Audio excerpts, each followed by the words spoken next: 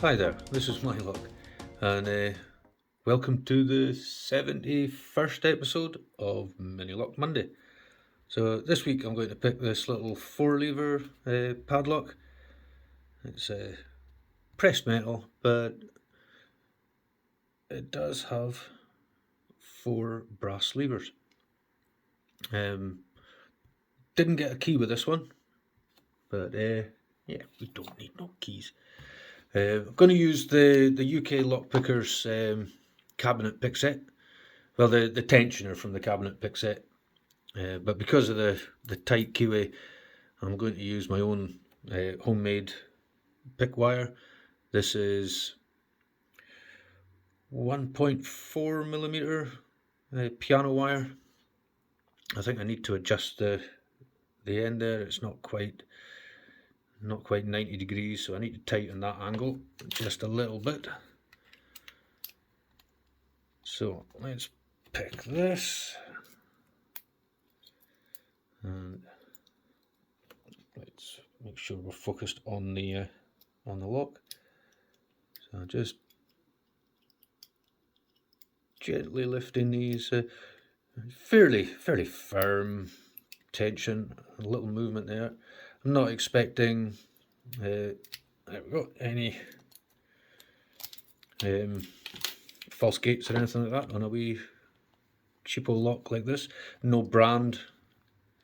There we go, little 4-lever lever lock, picked open using the tiny little tensioner in the UKlockpickers cabinet pick set.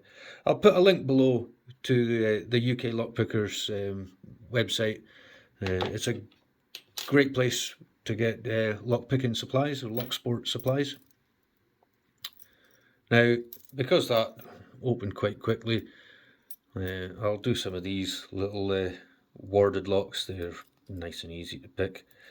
I've got 3 of them here, all the same, made by Guardian.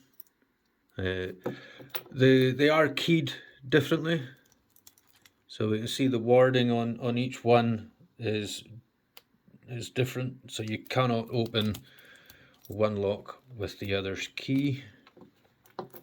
But if you happen to have the Moki high pin count dimple picks, which are available if they're in stock at the UKlockpickers webpage down below there. So we just put that in there. Oh crikey, he says struggling.